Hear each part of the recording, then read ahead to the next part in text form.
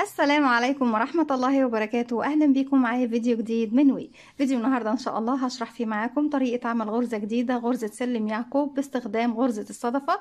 سهلة وبسيطة وأتمنى يا رب إن هي تنول أعجابكم. ما تنسوش فضلا ليس أمرا إذا عجبكم الفيديو تدعموني بلايك وشير وسبسكرايب. نقدر نشتغل ايه بغرزتنا النهارده؟ نقدر نشتغل منها حاجات كتير جدا. تقدر تشغلي منها بطانيه بيبي او مفرش سرير كبير او شال مستطيل، وخصوصا جات لي طلبات كتير على غرزه جديده تصلح نشغل منها شال مستطيل بلون واحد اللي هو اللون الاسود سيد الالوان طبعا. غرزتنا النهارده ممكن نشغل منها شال مستطيل بلون واحد، وممكن تدخلي فيها اكتر من الوان، وزي ما قلت لك تكوني منها بطانيه بيبي او كوفيه او شال مستطيل او مفرش سرير. ممكن تعملي منها طاقيه، ممكن تعملي منها كارديجان او بلوزه او كوفيه، او تدخليها في سليبر اللي هو اللاكلوك، او في الاحذيه الجزء اللي هو بيكون العلو من الحذاء. يعني نقدر نشغل بيها اي حاجه ممكن نتخيلها. هل هي من الغرز الخفيفه اللي ما بتدفيش ولا من الغرز اللي بتدفي؟ لا، هي غرزه من الغرز اللي بتدفي، غرزه جميله مش مفرغه ما فيهاش فراغات، يعني غرزه شتويه بحته. هستخدم معاكم النهارده خيط صوف متوسط السمك زي ما احنا شايفين، ده سمك الخيط، مع ابره رقم 3.5 ملم. بستخدم معاكم خيوط هيمالايا افريداي بيبي، هي بتكون انتي بيلينج ما بتوبرش. بالنسبه طبعا لتعليمات الخيط هو 100 جرام 330 متر 360 ياردة. ابره الكروشيه هو مش كاتب لي التعليمات، لكن هو كاتب لي ابره التريكو او تريكو ب3.5 ملم او 4 ملم. بالنسبه طبعا لما تلاقي الخيط مكتوب عليه رقم التريكو مش مكتوب الكروشيه وانت لسه مبتدئه ومش عارفه تحددي، يا اما بتستخدمي الرقم الصغير في رقم التريكو اللي هو كاتبه، او بتستخدمي اقل منه نص درجه. يعني ممكن تستخدمي من 3 ل 3.5 في الخيط ده. عدد سلاسل البداية الخاص بغرزتنا النهاردة هو من مضاعفات رقم 6. بفضل أضاعف 6 6 6 6 لغاية ما بوصل لعدد مناسب للشغل اللي بتشتغليه، وزي ما قلنا بنقدر نشغل بيها أي حاجة. ما بزودش حاجة عن ال6، بسيب مسافة من الخيط واللي في الخيط حلقة على الهواء. بسم الله الرحمن الرحيم. بدخل داخل الحلقة، أسحب الخيط وأخرج منه، طرف الخيط بشده بقفل عقدة البداية. في البداية عشان أكون سلسلة بيكون عندي على الإبرة حلقة. بسم الله الرحمن الرحيم. 1 ألف الخيط وأخرج منها، 2 3 4 5 6. أرجع تاني، 1 2 3 4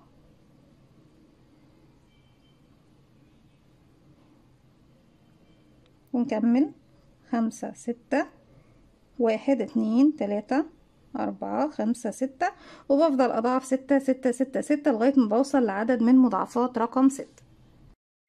كده بقى معايا 36 غرزة، يعني ضاعفنا عدد مضاعفات 6 مرات. بسيب من المضاعفات دي او من عدد السلاسل 1 2 3 4 5 6، وفي رقم 7 ببتدي ادخل اكون صدفة مكونة من 3 عمود، سلسلة واحدة، 3 عمود بلفة في نفس الفراغ. بيكون عندي على الابرة حلقة، علشان اشتغل عمود بلفة بلف الخيط مرة واحدة، بقى معايا حلقتين. هدخل في السلسلة رقم 7. بصوا يا بنات، برفع الحلقة الأمامية بالشكل دوت، بسيبها تحت وبرفع فوق الإبرة الحلقتين الخلفية مع المطب وابتدي أشتغل. هسحب الخيط وهخرج معايا على الإبرة 3 حلقات، هلف الخيط واخرج من حلقتين، يتبقوا 2، هلف الخيط واخرج من حلقتين كمان مرة في نفس الفراغ، هو 2 3. كده دي نص الصدفة. هاخد سلسلة واحدة وبعد كده 3 عمود بلفة في نفس الفراغ، 1 2 3.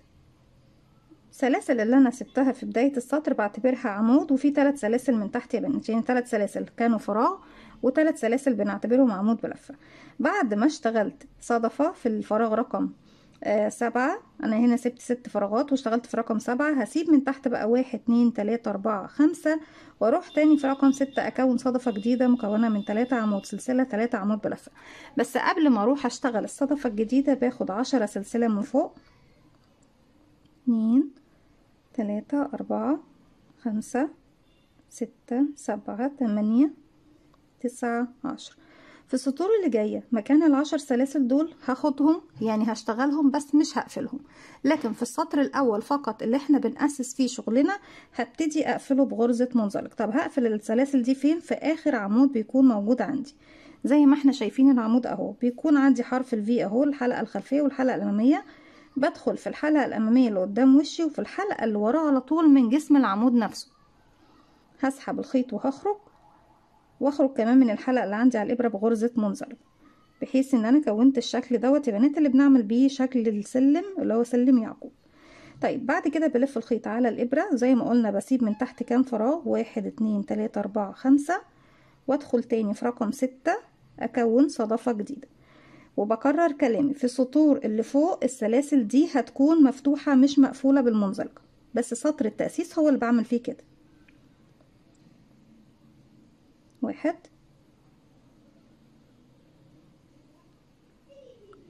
2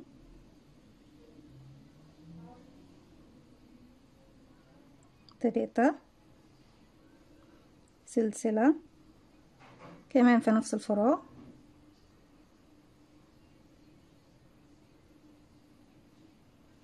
1 2 3. برجع اكرر 10 سلسلة، 1 2 3 4 5 6 7 8 9 10.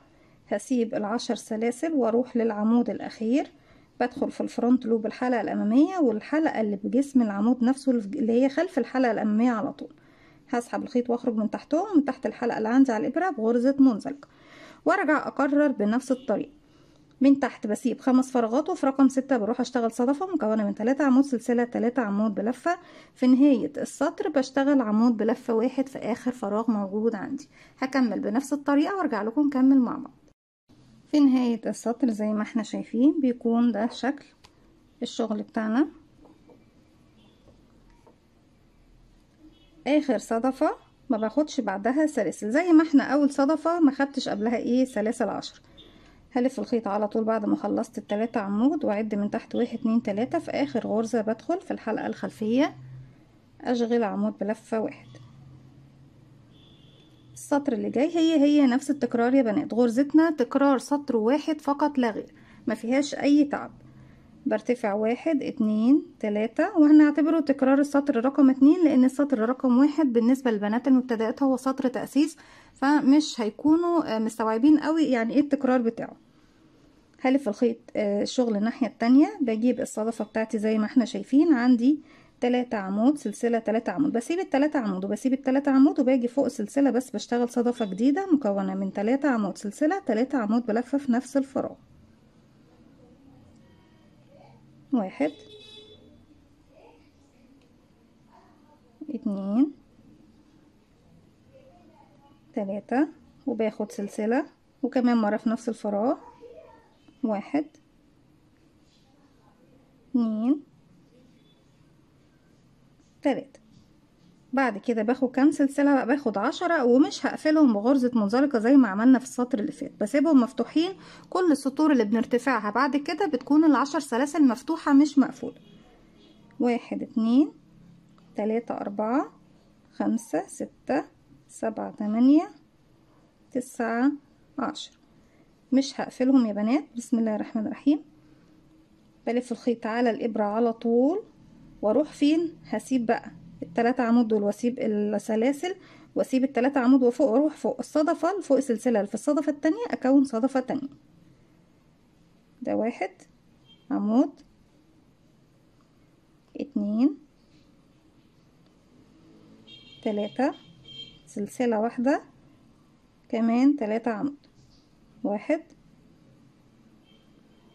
2 3. 10 سلسلة. طبعا احنا لما هنيجي في خطوة بنعملها في نهاية الشغل بتضم المكان ده كله على بعضه، هنشوفها طبعا في النهاية. 1 2 3 4 5 6 7 8 9 10. وبكرر بروح الف الخيط على الابره وبروح فوق الصدفه، بكون صدفه مكونه من 3 عمود سلسله 3 عمود 10 سلسله صدفه 10 سلسله صدفه، وفي النهايه في اخر سلسله ارتفاع هرجع لكم نبتدي نشتغل اخر عمود ونغير اللون للون جديد. في نهايه السطر زي ما احنا شايفين بروح اشغل اخر عمود بعد ما اشتغلت اخر صدفه، الف الخيط على الابره وفوق اخر سلسله موجوده عندي هنا بدخل هسحب الخيط وهخرج.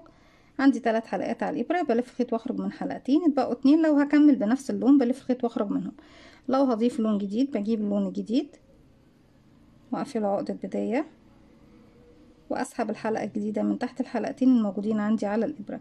هسيب اللون في الجهة دي لاني بشتغل سطرين رايح سطرين جاي سطرين رايح سطرين جاي، يعني هرجع لنفس المكان تاني. برتفع 1 2 3 وخلاص تكراري هو زي ما قلت لكم بيكون تكرار السطر اللي فات. هلف شغلي الناحية التانية فوق الصدفة فوق السلسلة بشتغل صدفة مكونة من 3 عمود سلسلة واحدة 3 عمود بلف 1 2 3 سلسلة واحدة كمان مرة في نفس الفراغ 1 2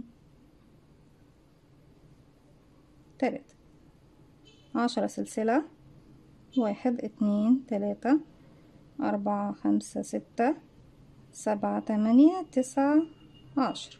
ألف الخيط على الإبرة، هسيب مكان السلاسل واروح فوق الصدفة اشتغل فوق السلسلة صدفة تانية مكونة من 3 عمود سلسلة 3 عمود 10 سلاسل صدفة 10 سلاسل صدفة، وبكمل بالشكل دوت لغاية ما اوصل لنهاية السطر واوصل كمان ارتفع 3 سلاسل واشتغل سطر كمان باللون البينك، وبعد كده ارجع لكم نشوف اخر سطر بنشتغله ازاي في غرزتنا النهارده. رجعت لكم تاني كده خلصنا السطر البينك اللي احنا اشتغلناه مع بعض، وخلصت كمان سطر فوق منه بنفس طريقة تكرار السطر رقم 2. في نهاية السطر برجع تاني ارجع اللون اللبني بلف الخيط على الابرة بعد ما خلصت الصدفة واروح لتالت سلسلة ارتفاع باخد منها حلقتين واشغل عمود بلفة واحد، هلف الخيط واخرج من حلقتين بنفس اللون البينك وارجع اسحب اللون اللبني من الحلقتين الموجودين عندي على الابرة. احنا كده عرفنا لو هنشتغلها بلون واحد طبيعي خلاص احنا عارفين بنكرر ازاي بنرتفع ايه والكلام ده. اما بالنسبة للبنات اللي هيحبوا يعرفوا طبعا بنغير اللون ازاي ادينا شفناه زي ما احنا شايفين. السطر اللي جاي بيكون بعتبره اخر سطر معايا بالنسبة لشغلك، برتفع 1 2 3 وهعتبرها عمود بلفة واحد، وبعد التلاتة باخد كمان سلسلتين مسافة يا بنات 1 2 يبقى بنرتفع في السطر الاخير 5 سلسلة. هلف شغلي الناحية التانية وهروح فين؟ شايفين الصدفة فيها سلسلة بسيب 1 2 3 عمود واروح فوق السلسلة بدخل هسحب الخيط وهخرج معايا حلقتين على الابرة هشغل غرزة حشو بالشكل ده. هاخد سلسلتين مسافة 1 2 هسحب بس الخيط دوت لاني محتاجة اعمل خطوة هي اللي لازم نعملها طبعا قبل ما نشتغل السطر الاخير. ايه هي الخطوة؟ مكان السلاسل يا بنات.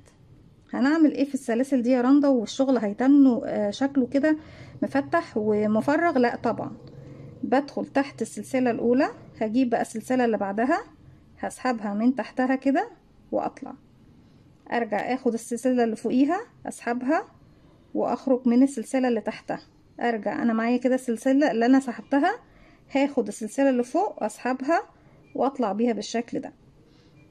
قفلنا شغلنا يا بنات واصبح ده شكل الشغل بتاعنا في مكان السلاسل او السلم زي ما احنا شايفين.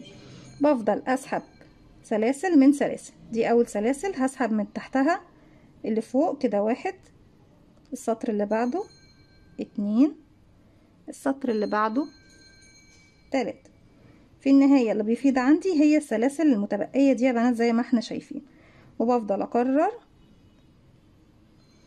بصوا بدخل بيكون عندي على الحلقة على الابرة الحلقة اهي، ودي كمان بسحبها بقى من تحت دي واللي فوقيها من تحتها واللي فوقيها من تحتها حتى اخر مجموعة سلاسل اهي معايا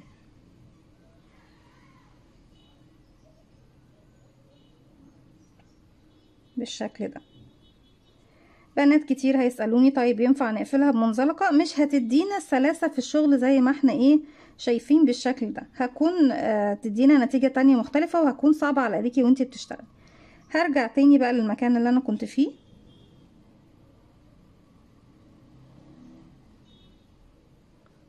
برجع تاني للحلقة اللي انا كنت فيها، سلسلة. السلسلة بعد ما اخدت سلسلتين هروح فين؟ شايفين مكان السلاسل اللي عندي فوق الحلقة الاخيرة اللي طلعت لي اهي، مكان السلاسل الاخير اللي طلع لي بشغل فوقيه غرزة حشو، سلسلتين، هاخد سلسلتين، 1 2 سلسلة، وهروح فين؟ فوق السلسلة اللي عند الصدفة حشو، سلسلتين، هنروح فين؟ دي فكت، نرجع نقفلها تاني،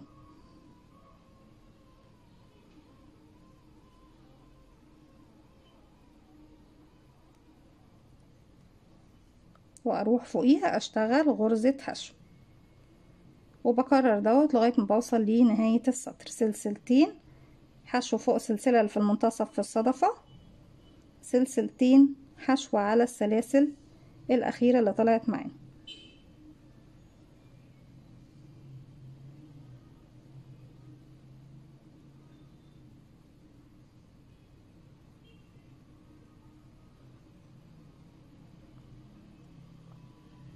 في نهاية السطر 1 2 سلسلة، في تالت سلسلة ارتفاع هنا اهو يا بنات بشغل غرزة عمود بلفة 1 بالشكل ده، واسحب الخيط واخرج زي ما احنا ايه شايفين كده. بيكون ده شكل شغلي بعد ما بخلص السطر الاخير. ده بيكون شكل غرزتنا النهاردة زي ما احنا شايفينها، غرزة من الغرز الجميلة جدا المميزة وسهلة وبسيطة في نفس الوقت، هي غرزة الصدفة، لكن مع وجود طبعا سلم يعقوب معانا النهاردة اللي هي سلاسل سلم يعقوب. ده بيكون وش الغرزة، الغرزة بيكون ليها وش واحد يا بنات، وده بيكون ظهر الغرزة زي ما احنا شايفين. اتمنى ان غرزتنا النهاردة او فكرتنا النهاردة تكون سهلة وبسيطة وكمان تنول اعجابكم. فضلا ليس امرا، ما تنسوش اذا عجبكم فيديو تدعموني بلايك وشير وسبسكرايب، واستنوني فيديو جديد من وي. متنسوش تفعلوا زرار الجرس عشان يوصلكم مني كل جديد. السلام عليكم ورحمة الله وبركاته.